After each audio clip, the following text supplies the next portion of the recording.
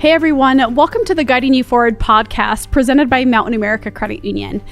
Today we're not talking necessarily just about finances, but finances and tiny homes. So Brian, thank you so much for joining us today. Absolutely, thank you for having me.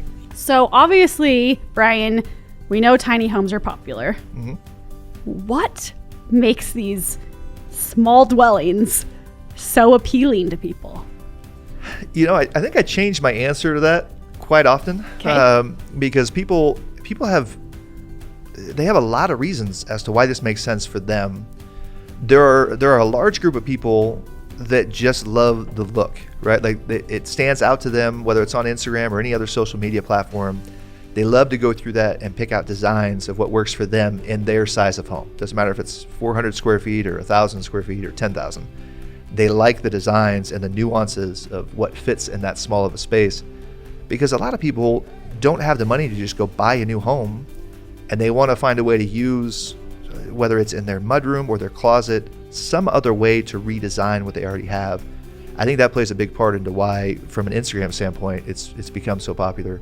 Sure. And tiny homes in general, the look of them, you know, RVs have been around, Airstreams have been around for a long time, but these look like real houses and cottages that just happen to be on wheels. Yeah. It's a weird combination of being able to throw the two together. And then you throw container homes into it and everything else that's kind of come along with the tiny house movement. It's a very unique design for a home on an idea that is not new and living in a small space. But I really, for me personally, I love the look and the design of these homes, especially when you see it driving down the road. If you've ever been on the freeway and seen a tiny home there, everyone stares at this random house just cruising down the road, right? Sure. So it stands out in a crowd, no doubt. But I love the look of it, and I hope to see more of them as communities and in RV parks and KOAs across the country. Very, very cool. So let's talk about that for a minute. And I feel like affordability of homes is really out of reach for a lot of people. Yeah. How do you see tiny homes helping with that? I think they could play a large role in a couple of ways. From an affordability standpoint, right now in Utah, we are over 45,000 homes behind where we need to be from a volume standpoint, so that the average minimum wage worker doesn't have to work 95 hours a week just to afford rent, which isn't even legal. You can't even do that. But the average rent right now in Salt Lake City, I think, is $1,100 or $1,200 a month for a two-bedroom apartment. Good grief. Which is huge. I mean, that's astronomical for a place like Salt Lake that I've lived here for 15 years. Never would have thought that would have been the case, but here we are, and it's not going to get better anytime soon with everybody moving in. So affordability plays a really large role in the average price of home for tiny homes. Tiny homes on wheels are typically anywhere from $50,000 to up over $100,000. If you want to add solar systems and water tanks and being off-grid, adds a lot of expense to any home, really. But the average tiny home is about $70,000 to $75,000. For somebody just coming out of school or just starting their first job, or really just trying to get their foot in the door in life in general, looking at a $400,000 to $500,000 starter home, I mean, you can't do that. Yeah. Even mom and dad don't have the money to go buy that house for you. That doesn't exist anymore. So tiny homes can play a large role in an affordability problem that we have here, not just in Utah, but all over the United States. There are a lot of places that affordable housing is non-existent whatsoever. Yeah, that's very interesting. What are your thoughts as far as affordable housing goes, on homelessness? What are your thoughts on that? I mean, being homeless, I can't even, I've been lucky enough to never had to face that. I can't speak from experience as to what that person is going through. I think from a humanitarian standpoint, we need to find a way to provide housing. It doesn't have to be a tiny home, but somewhere that you can feel safe and lay your head down at night, that doesn't cause issues both for the city, for the police department, for your hospitals, for the healthcare, and everybody else that's affected by that.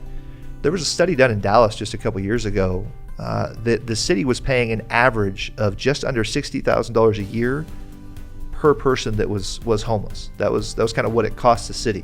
Wow. Based on going through their analytics of how many trips they would take to the ER, how many times the police would have to come to the neighborhood or respond to phone calls in that area, or have to clean up certain pocket neighborhoods or tent cities or whatever it was called at that time.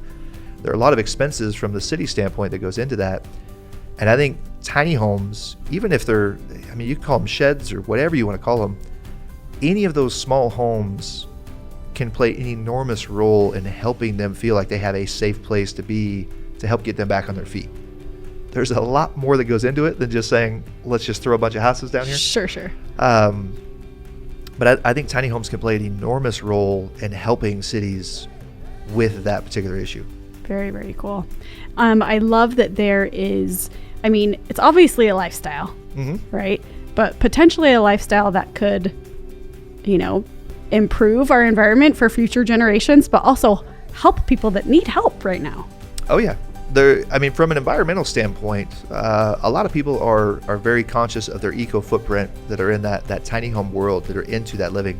And it is absolutely a lifestyle. You can't be half in when it comes to that, because you're not going to last long if you're not all in. And I would recommend to anybody, if you're thinking about living in a tiny home, go rent one for a week, even a couple of days. You, your spouse, your boyfriend, your girlfriend, whoever it is, go rent one with at least one other person in there. Do your day-to-day routine, bathroom routine, making meals, changing clothes, all those things, because all of those play a part in how you want to live in that house. Two people in a galley kitchen walking side by side can get tricky if one person's messing with pots and pans and they're all over the place and you're trying to cook something. So you want to make sure you're comfortable in that space. So I would recommend definitely go try that for a couple of days to see if it works for you before you jump all in on that. What is the future of tiny homes? What does that look like to you? It's a great question. For me, I'm pretty optimistic. I always just assume at some point the stars are going to align. The projects that I'm working on are for larger scale affordable housing projects. I've been lucky enough to never have to be homeless or to be in this situation where I need to buy a starter home that's almost $500,000. Most people aren't that lucky at this point. There are a lot of people that don't have any options. Yeah. So for me, what really drives me about tiny homes in particular right now is finding a way to give back and give people that opportunity to have an affordable home. There's also a lot of people that want to be able to just travel and not, a place to call home is great, but they don't want a yard, they don't want the maintenance. They just want a place to call home so they can go experience life however that looks for them. And I want to give them that opportunity. So the projects that I want to do are affordable housing projects, bringing in 40, 50, 100 plus homes, whether that's in Salt Lake or anywhere else. Bring those homes in and start creating pocket neighborhoods. I don't foresee that being on wheels. That would be awesome because I think it would look great, but I don't think that's realistic from a city standpoint or state standpoint. So I want to be able to build those homes and bring in those neighborhoods to create more of an affordable housing solution for what we face right now. Very, very cool. I love that. So for those of us that have now listened to you and are so interested in building a tiny home, what are the best next steps for us? If you have any questions about tiny homes, whether it's for you or anyone else, Instagram is where I spend the majority of my time. So on Tiny House Movement, send me a DM on Tiny House Movement. Okay. You can email me at tinyhousemovement1@gmail.com as well. Okay. Or you can find me on the website at tinyhousemovement.co. Any of those three are a great way to get in touch, and I'm more than happy to go over, even if it's just the simplest question of what the price ranges are or what zoning is. Hit me up, and I'm more than happy to go over what the answer is.